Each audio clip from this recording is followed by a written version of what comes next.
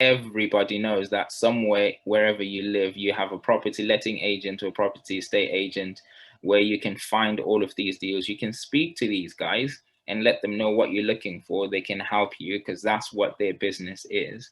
You also have people called sourcers. These are people that can find these deals for you, package them in the way that you're looking for, or just give them the your requirements. They can package these and actually sell them to you as a packaged deal, and you'll have to pay them first. Now, if you want to acquire the skill of actually finding these deals yourself, just go straight to online platforms. But if you've got the money and you don't necessarily have the time to be looking for deals, you can work with sources as well. Direct to vendor. So this is when you avoid the agents, the letting agents, the sourcers. You go directly to the landlords, and you can find them by posting letters and sending leaflets directly to their properties and reach out to them. And if you're going to be doing something like this, you're most likely going to get a better deal.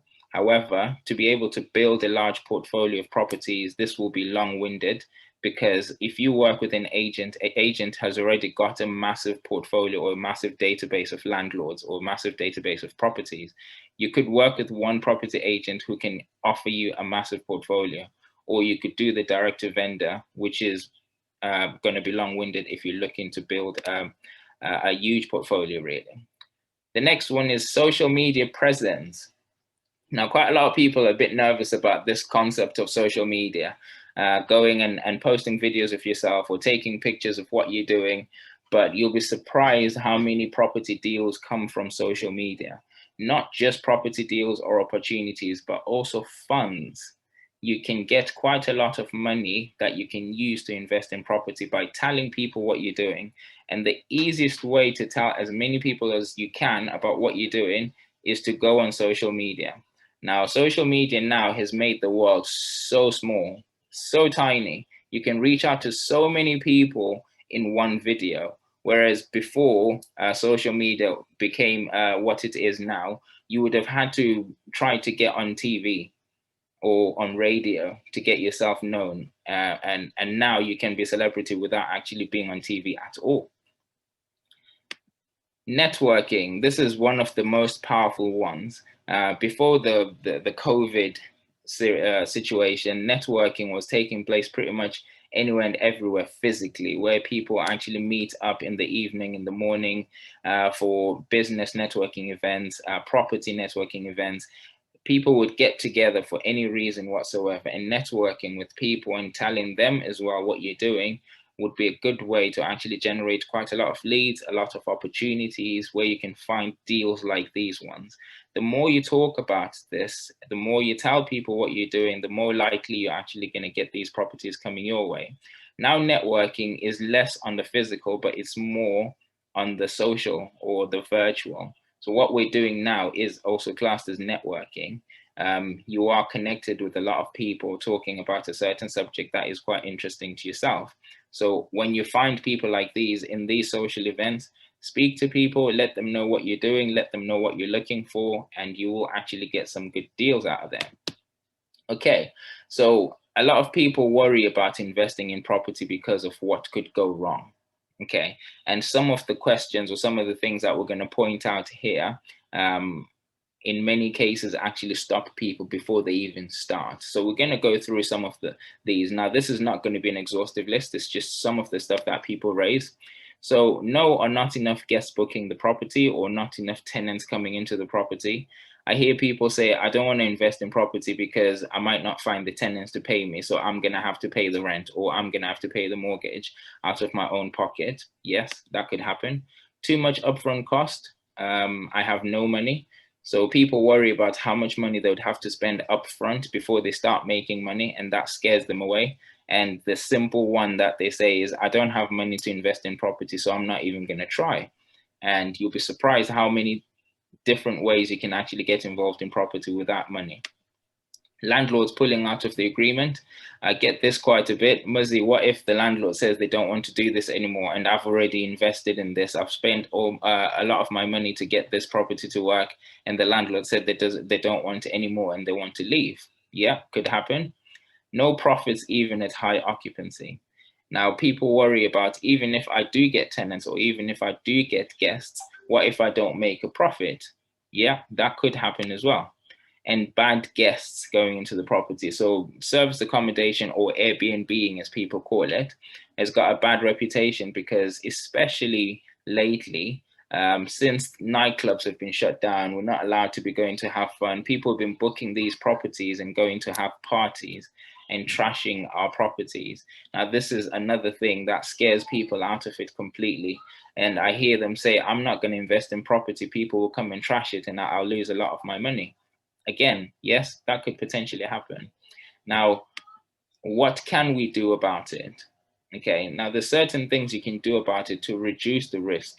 And bear in mind, I say reduce, not completely eradicate. It reduces the risk.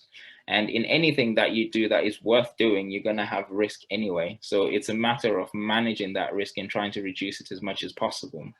So do your due diligence in marketing. So at the start, you need to actually understand what the demand is. Before you jump into a property or before you jump into any deal, understand the demand. If you want to be doing HMOs, understand what kind of people you're going to be attracting. Is it in the right location to be able to attract those types of people? And also your marketing.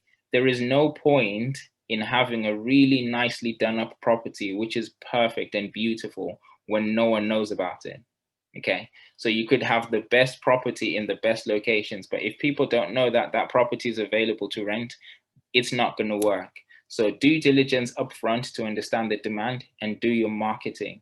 So once the property is available, market it, let everyone know that that property is available. Put stickers in the window if that need be, put banners, go on social media, tell people that that property is available, and use the platforms that we mentioned earlier on to advertise your property. Negotiate rent and deposit free periods and use credit. Okay, so this is to do with the reducing the upfront costs. So people say, I don't actually have any money to get started in property. I don't have any money whatsoever, so it's pointless. Okay, now I speak to people about this quite a lot, where I say, when we take on our properties, we negotiate rent and deposit free periods. Okay, this may sound crazy that, well, why would anyone give me a property and allow me not to pay rent for the first month or the first 2 months, or even not allow me to let me take on the property without paying a deposit upfront? Okay, so if we explain it in a completely different way, firstly, you're not the one going into the property to live in it, you're going into the property to manage it. So we have clients that we work with that take on the property on a short-term basis. Okay, and in the periods that they actually stay in that property, we take care of it. We do up the property, we increase the value of the house because we make the property look nice. So whilst we set up the property, would you allow us to stay in the property for a month to allow us to set that property up and increase the value of your house? So we're doing that work for you. Would you allow us to stay in the property for a month to set it up? In many cases, they allow us to do that. So if you manage to get the deposit free, the rent free period in that month, and also if you use companies like IKEA to buy your furniture, the furniture can actually be bought completely on credit, where they will give you 2 years to pay that back with no interest. So if you imagine you've had the property rent free for a month, deposit free for that period, and you've purchased all the furniture on credit, you actually haven't spent a penny, but the property is now ready. Okay, so if you manage to set the property up, for example, you get it all done up within a week and a half, and you've still got another 2 weeks before you have to pay rent, and you get the clients moved in and they start paying you, it's the clients that start paying the rent. It's the clients or the tenants that start purchasing and actually paying for the furniture. So you've actually moved into this property completely for free. Okay, that's one of the examples of how you can actually get involved without having to pay anything. So landlords could decide to cancel the contract or decide to leave. And I say align your agreements to protect your finance. So in your agreements between yourself and the landlord, you can put in, as you calculate how much money you think you'll be making a month. And let's say you think you're going to make £1,000 a month, for example. And it's £1,000 a month. You've spent £6,000 to get it set up. You know that that £6,000 will be coming back in 6 months. you can put in your contract to say if either one of us cancels the contract within the first 6 months, they're liable to pay whatever the other person has invested. So if the landlord decides 2 months in, I don't want this anymore, they've signed a contract to say that if they cancel before the 6 month, they will pay you whatever you had invested and whatever's left of it. So they will remunerate you for that.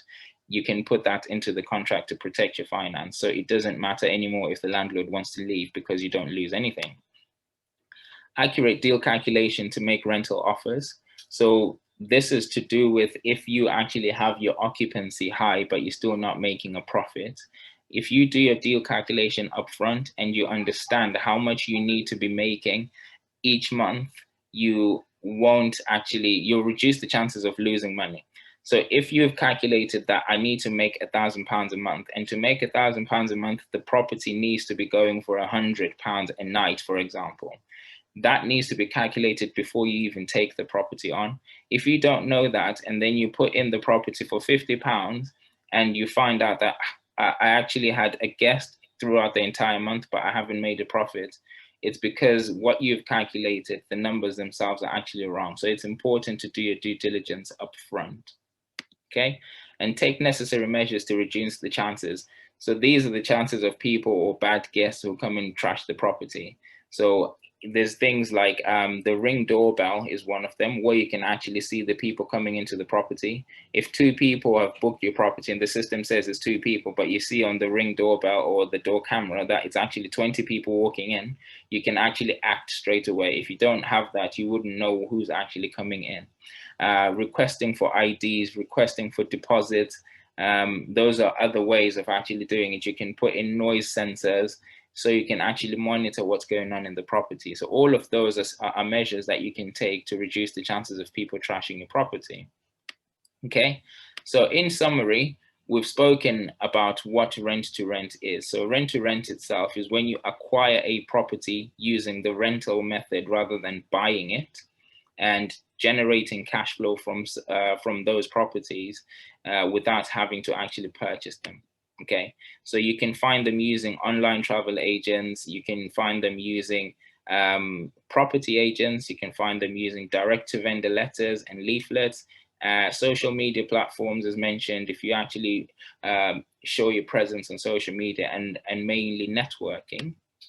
So what can you do with them? We've spoken about 2 main strategies, which is houses in multiple occupancy and also serviced accommodation. You can also do social housing. There's people that are doing social housing now, which seems to be an in thing. It's always been there, but it hasn't been as famous or as popular as it is now. So social housing at the minute seems to be something that generates quite a lot of cash flow. And then how do I manage them? So we've spoken about how to actually minimize the upfront cost and maximize the income. And that's the whole concept of trying to generate the cash flow using other people's properties. Okay, so this is part of the bonus material. Now, there's a lot of people that would have gone to property training groups and property training companies, and people that talk about how you can make money in property. And the majority of what I've spoken about would be shown there. This part of it, I don't think is actually spoken about enough. And I haven't actually had any training of where people actually speak about this part of property. And I'm just going to go through this now. So this is the truth about property or any business, but I'm going to speak about property alone. So you are going to lose money, okay? You are going to get rejected. You are going to lose friends. This is something that a lot of people worry about. I'm going to start my business, but my friends are going to be supportive. The painful truth is quite a lot of your friends are going to neglect you, okay? It's going to be very challenging. You will feel lonely at times, and a lot of fear will set in. Okay, so this is something that I believe quite a lot of people are sort of blind to, and also it's hidden away from them, and you don't realize this is going to happen until it actually hits you when you step into the game. So if you're mindful that this is coming, you can also start mentally preparing yourself for it. Okay, so this is how we look at it. So firstly, I'm not losing money, I'm investing it. Okay. There's some investments that we look at, or where we've actually been involved in investing in property and it's gone seriously wrong and we've lost quite a lot of money. But if you look at it as I'm investing my money, where even if you haven't actually made any money out of that particular deal, you've learned a lesson that will be able to help you for the next 100 or 150 deals or whatever it is. So because you're learning a lesson out of it, it's no longer a loss. You're actually learning something that you can utilize for the next deal. Okay. So I will either learn or I'll earn. Either way, I won't lose. So that will take away the setting of a bit of fear of how losing money can actually be a scary concept. Okay. So I'm outgrowing my current circle of friends. So this is where people who are worried about losing friends need to be looking into. So if you know that in stepping into a different area or stepping out of your comfort zone, some of your friends, sometimes family as well, might not be comfortable stepping out of that zone with you. So they'll probably either try to pull you back, or they will sort of like talk you out of it completely. So if you understand that you are outgrowing your current circle of friends and you need to step out to actually go somewhere where it aligns with your dreams or aligns with your goals, don't worry too much about losing friends. You will find new friends and the old ones might actually join you. Okay. So you're going to face a lot of challenges. Every skill worth acquiring comes with a challenge. Every single skill worth acquiring comes with a challenge. If it doesn't come with a challenge, it probably isn't worth acquiring. So if you understand that, you will know that whatever the challenges are, that's how it's meant to be. It builds a mental muscle. It builds a muscle that you'll be using for your future ventures. And when you tell yourself that you're transitioning into a circle that aligns with your goals, it makes you feel better about a momentary kind of period of loneliness. Because when you're moving from a certain area where you are comfortable and everyone in that area has been comfortable for a long time, you're not necessarily challenging yourself, you're not necessarily moving. When you step out of your comfort zone and you're moving on to another level, there's a period where you're going to feel lonely because the people that are used to you in a certain way might be pulling you back, and the people that you're trying to get to don't quite know you enough to be able to pull you up with them. So you're going to feel lonely for that period. And if you tell yourself that you're transitioning into a circle that aligns with your goals and continue reminding yourself of that, it will make you feel better and give you a bit more energy to step into that zone. So the fear element, which is the last part, I listened to a guy called Les Brown. I don't know if you guys know him, and he talks about fear as an acronym, being false evidence appearing real. There's a lot of times where we fear something before it actually happens, or before we've ever faced it, and we exaggerate it so much in our heads it actually stops us from actually doing whatever it is that we're thinking about. And it's false evidence appearing real. And once you actually do it, you realize it wasn't as bad. And I know many times you've probably been through this. It wasn't as bad as I thought it would be. And that's the element of fear. So it's false evidence appearing real, and we always encourage people that you should feel the fear, but do it anyway. So it's ridiculous to tell someone not to be scared because it's not a choice. You just feel it anyway. But feel the fear and do it anyway. And the concept of this part of the slide is to just let people know that there will be challenges. And when you face them, be mentally prepared for them. And at the end of the day, the important part about it is to know that you are not alone. In everything that you're trying to do now, someone else has already tried it. Someone else has gone through it. Whatever the pain is, someone has gone through it and succeeded on the other side. Find those people, whether you know them personally or you find them through watching videos or reading books, reach out to them and find out how they did it and use that as inspiration to actually get through it. But you are not alone in any of what we're doing now and what we've spoken about. Okay, so this brings us to the end of the slideshow. It brings us to the end of the presentation, and this is the time where I ask for Mr. C to go through any of the questions that I might have missed in that. At the moment, there are no questions, but rather than just a reiteration of the facts and your presentation. Yeah, but perhaps for the benefit of people who are on the Zoom chat, because it's a bespoke one, I'm gonna switch off, I think, Facebook and just leave the Zoom one so people can ask intimate questions if that's okay. Yeah, no problem. No worries. Okay, so over to you guys. Welcome to those who have just joined us. This Positive Vibes Youth Club. Our aim is to promote good citizenry, life skills within young people, but in the process also capturing adults. So who better to speak to us today than Muzzie Nduna, a man who has blazed the trail, a man who is walking the talk. So he's the right fit with our mission statement, and we are so pleased to have you. So I'm just gonna open the floor now to all the participants to ask any direct questions. I've switched off Facebook now, so it's just only us here. And hopefully you answer those to the best of his ability. I must say he's got a young baby, so let's just be mindful of that so that we do not take much of his time. Thank you. So just switch off your, sorry, unmute your mic, just shout out your questions, and then Muzzie will answer them for you. Okay, I'm just looking at the chat here, and I've got a question from Charlene, which says, "Do you provide mentorship?"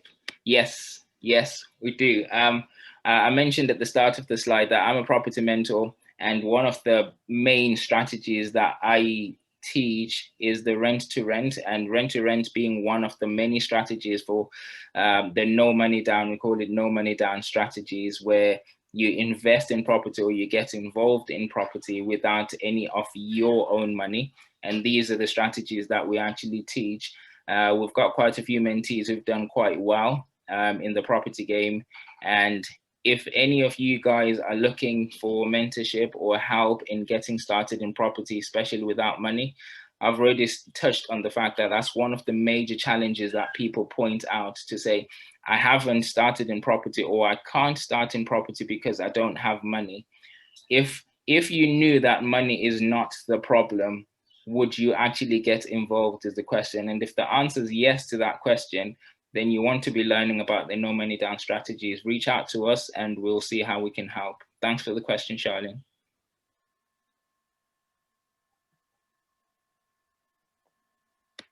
And just following up on the chat as well, sorry if anyone wants to actually ask a question physically, but I've got a guy called Moyo Ajala. If you could do this again, you're most welcome, Moyo. If you could do this again, what would you do different? It's a very good question. Very, very good question. If I could do this again and start from scratch, I would actually firstly have a lot more belief in myself than I did. I think there's a lot more that could have been achieved in believing in myself, not necessarily the strategies. All of this is good, believing in the strategy, believing in the process, seeing how things actually work and believing that this can actually work. But then there's something about believing in yourself that pushes you to find more creative ways to go over any other challenges that you might hit. And for me, I would have worked more on my personal development, my belief skill of myself to be able to get started in any of the ventures that I want to. That would be the main thing. However, in terms of the strategies themselves, when I started, I started with a strategy called deal packaging or deal sourcing, where you find properties for other people and then sell them on. I would have actually started off with the rent to rent strategy. Knowing what I know now, I would have started with the rent to rent strategy. I hope that clarifies that, Moyo. Personal question here, Muzzie. what propelled you to go into the property business? Why not social work? Why not nursing? Uh, maybe if we can take you back a bit, unless you were born a property magnate, that's fine. But why not social work and this? That's a fantastic question. That's a fantastic question.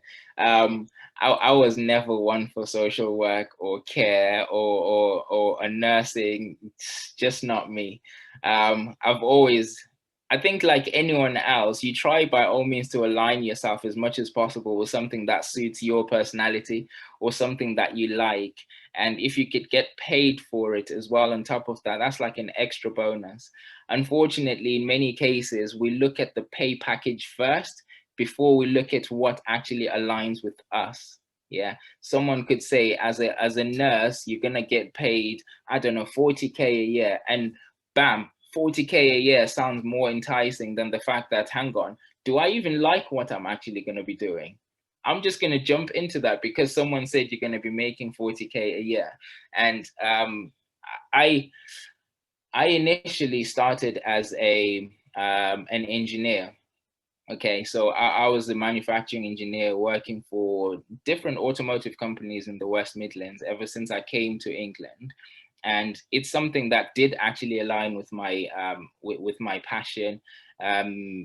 It's something that I really enjoyed. I built into it, and property has always been something that I think sort of embedded in us, that you've got these steps that you have to take. You go to school, you go to college, you go to uni, you find a good job, you buy a house. And once you've bought a house, that level of success is shown by how many houses or assets you actually end up purchasing. So a house being the biggest ever investment you're going to get involved in. Once you've got one, it's like fantastic. The next step is not necessarily a better job, it's a second house. So in our heads, we kind of had it all along that you need to be buying houses, and that's the level of success that you show. And because I had that in my head, I've always wanted to get involved in property. What I didn't know, however, is there's different ways to get involved in property. All I had in my head is you raise a deposit, you go to a bank and get a property through a mortgage, and you sit on it. And if you want another property, you're going to have to raise a deposit all over again. The process of raising a deposit is work, work, work, work some more, raise a deposit, purchase the second property. And if that was the only way, I probably would have only managed to purchase 2 properties or 3 properties in my lifetime, because raising a deposit is an absolute mission. And I know people understand that. It's up until I went to my very first property training course where I was sort of taught different ways of getting involved in property or making money out of property without having to raise these deposits.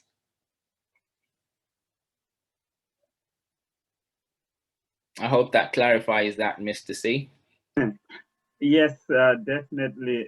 It does. And I know there's a question on the chat, but maybe before you go into that, can you think of a time when you got bent? Because what we try and do on this platform as well, and for young people, is to balance the equation. And I think people respect the speaker more and they become more credible when they are honest about their dealings. So how smooth has been the journey for you from day one you you entered the property investment business? How smooth? That's a funny question. Smooth, that doesn't happen in the property game. So I've been in property now since November 2018. Okay, so I'll give you one of the examples. So I've gone through this presentation here and told you how simple the process is. Now, there's a big difference between simple and easy. Simple and easy. There's two different words there, and they mean completely different things. So that's a simple process. It does not make it easy at all. Okay, so when I first learned about this, I was on fire. I thought, do you know what? this is it. I'm going to be a millionaire in 2 weeks. I've got my plans now. I'm going to be making 6, 7, 8 grand a month for the rest of my life. As of next year, my job is done. I'm leaving. Okay. So I learned this in November 2018. I did not get my first deal until August 2019. Okay. That's a good 10, close to 11 months of digging for these deals and going through different ways of trying to get yourself started. And in that period, I paid for so many different courses, so many different ridiculous courses where some of the information that I share and give out for free, I actually paid thousands for. It's hard to believe that. And if you look at how much money we in as a collective, because I did this with my wife and my sister-in-law, the amount of money that we've actually spent in property, trying to get educated or making mistakes and doing things the wrong way without knowing and finding out the hard way, it's been quite a lot of thousands and a lot of zeros. Okay. And you have to understand that in doing something like that, it can completely crush a person. Okay. So one of the main passions that I have, if you look at the last slide, we've got the Zim property investors.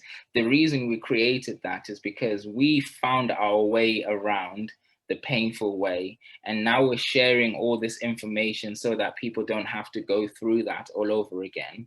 There's no need for people to go through the pain that we went through.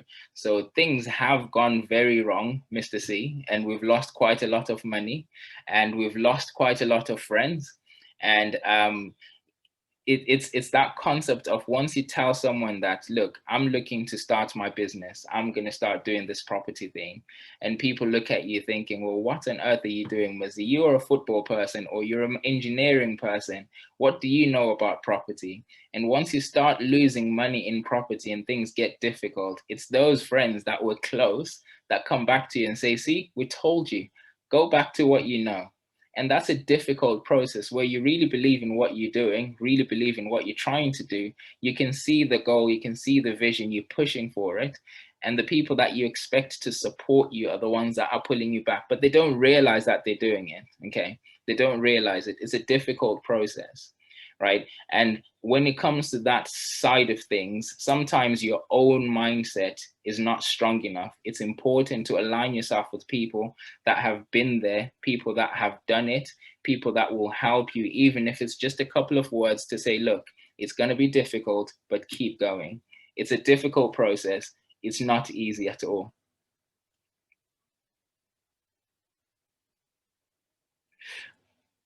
Okay.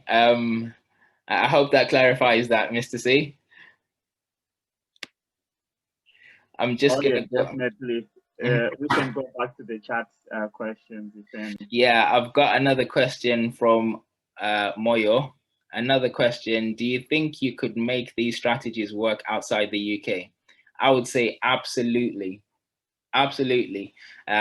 Each of these strategies for different places in the UK, for different places, even in England, there's regulations that make it slightly difficult. Some regulations make it so much easier, but the concept will be exactly the same anywhere in the world, completely anywhere. One of the most sought after requirements is somewhere to live. Wherever you go, somewhere needs somewhere to live ultimately. So houses are something that are a really, really smart investment.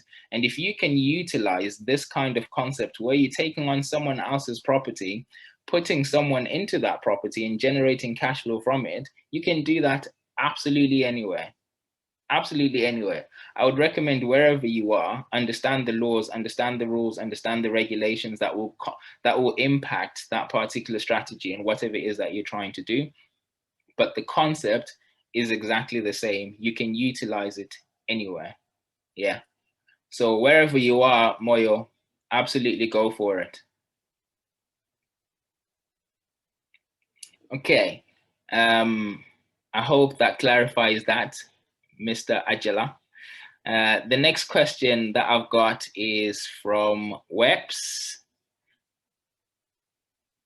How you doing, Weps? You good? I've got, what training would you recommend for an absolute beginner? Okay. Um, it's a very good question that you've asked there, because training is required. Okay. I really love the fact that you said training for a beginner. A lot of people think we know about this, you can just go buy a house. If you've got the cash, just go buy the house. It will work itself out. Everyone, before you get started in any business, especially in property, absolutely get yourself educated. Okay. Now, getting yourself educated doesn't necessarily mean you always have to go to a property training group or a property training company. Just get yourself educated. You could do the training. You could also go and shadow someone who's already doing it, or you can just get a mentor or someone who's already doing it who can teach you and guide you through it. But in terms of training, I would say go for a free crash course first. Okay. Almost every training company, I've got my favorites, but every single training company will offer a free crash course. Either it's a 1 day, 2 or 3 day course. The free ones will give you a hint of what exactly is out there. So a bit like what I've shared here, this is just a small portion of investing in property. You will get these kinds of webinars, these kinds of Zoom calls where people are sharing this kind of information. Get as much of that as possible, and then see who is aligning with you a little bit more than anyone else. Someone that you see and think, okay, not just the content, but the person themselves align with my values, align with the kind of person that I am. I think if I work with this person, we could click and I can get as much information as I need to be able to get started. And get yourself mentored. Now, a crash course is good to get yourself knowledge of what to do, but a crash course doesn't support you going forward. Okay, so we found this the hard way. Get to a crash course. It's one of those motivate, inspire. We walk in there, we walk out there feeling like we're on fire, absolutely high. And then when you're in a classroom, you can ask hypothetical questions. You can ask questions about, what if this happens? What if that happens? What do you do when this happens? But they're all hypothetical questions. When you then go out to try this stuff and you hit something that you didn't know about, and you know the statement, you don't know what you don't know. And this is exactly what it means. You go out and actually hit a brick wall on something that you didn't think about in the crash course. And now you don't have anyone to ask, because that was just a one-off crash course. This is the importance of having someone that you're shadowing or someone who's your mentor, because once you hit that, you get on the phone. I've got this problem. How do I get around it? So get trained by anyone.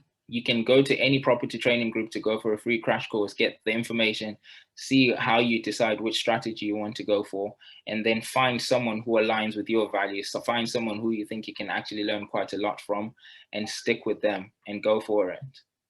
So I hope that clarifies that, Weps. Thanks for the question.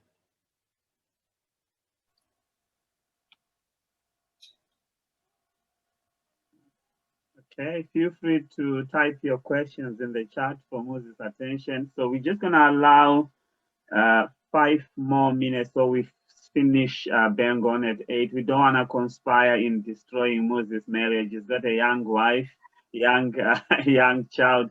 But I'll ask this question whilst people are still typing. As an investor, in light of COVID, are you jittery? Are you nervous? What's your truth there?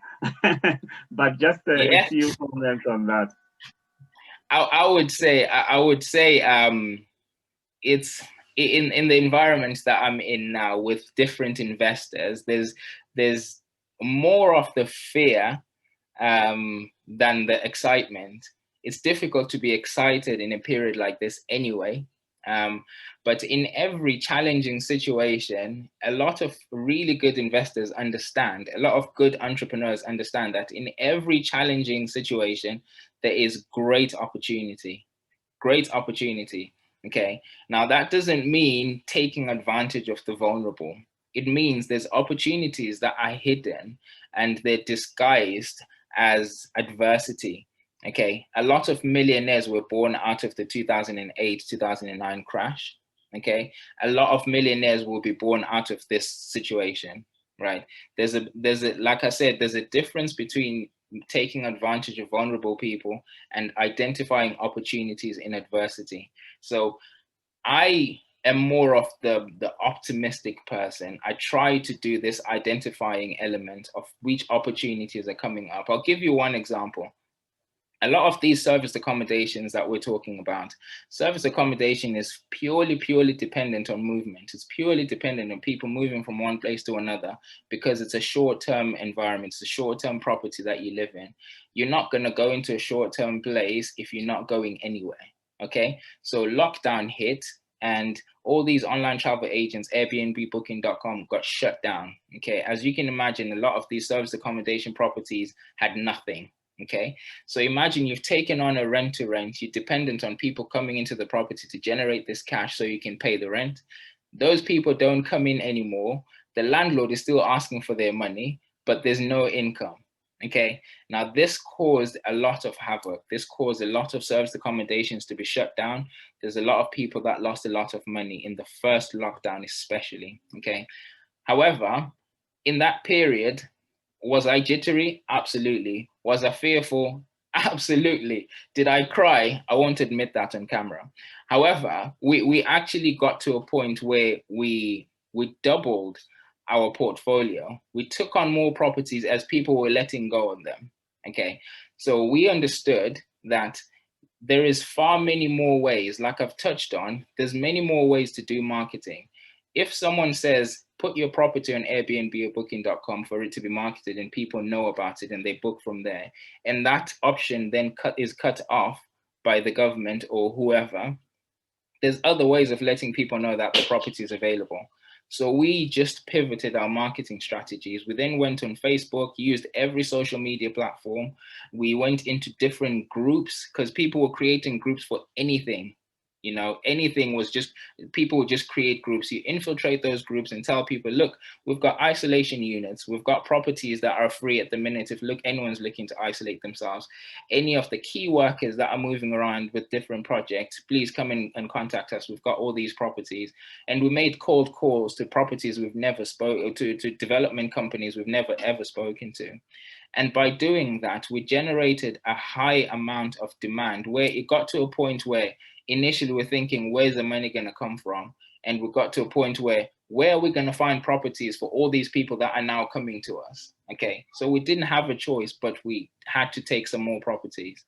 Okay, so this is just the concept to try to identify the opportunities in what looks like adversity.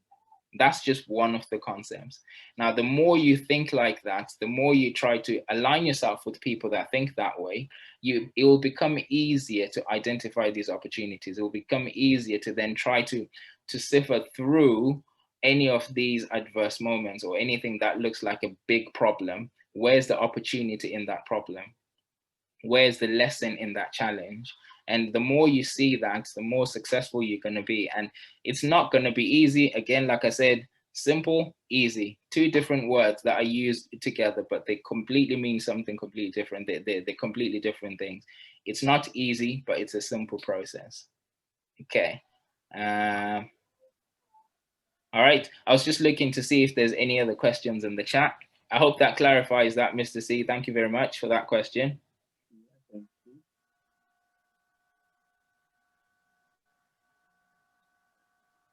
Awesome, awesome. Thank you so much. One thing I really liked about this stimulating conversation that you gave us today is that it's coming at the right moment at the end of the year when people are now having a lot of time on their hands to recap the year, what went right, what went wrong, to recalibrate and think of 2021. And this is the epitome of Black excellence. Normally, it's all about Black Friday spending. By you coming from another spectrum, stimulating it like this, just like our colleague here, Webs, is saying, it's not easy, but it's simple. That's a good one. We will post your details on our Facebook Live. Some people can contact you directly or myself, and or you get connected. You mentioned that you are you provide mentorship opportunities, and hopefully let's take advantage of you whilst they are still accessible. People don't stay in the same position for too long. Maybe in a couple of months' time, we'll be going through your secretary, or you'll be playing with the Richard Branson. So it's nice when this is explained in simple terms. We can visualize it coming from one of our own. So it's like part BAME lecture, part Black Excellence Psychology, business, to do with our faith as well. You've covered pretty much everything. Thank you so much for being a value add. And to all our participants, thank you for sparing time to attend. We hope next time we have another second installment, we have testimonies coming at the back of this. Thank you and enjoy what's left of the year. God bless. Bye-bye. Thank you very much. Thank you very much. You take care, yeah? Take care. Thank you. Thanks. Bye. Bye. Thank you.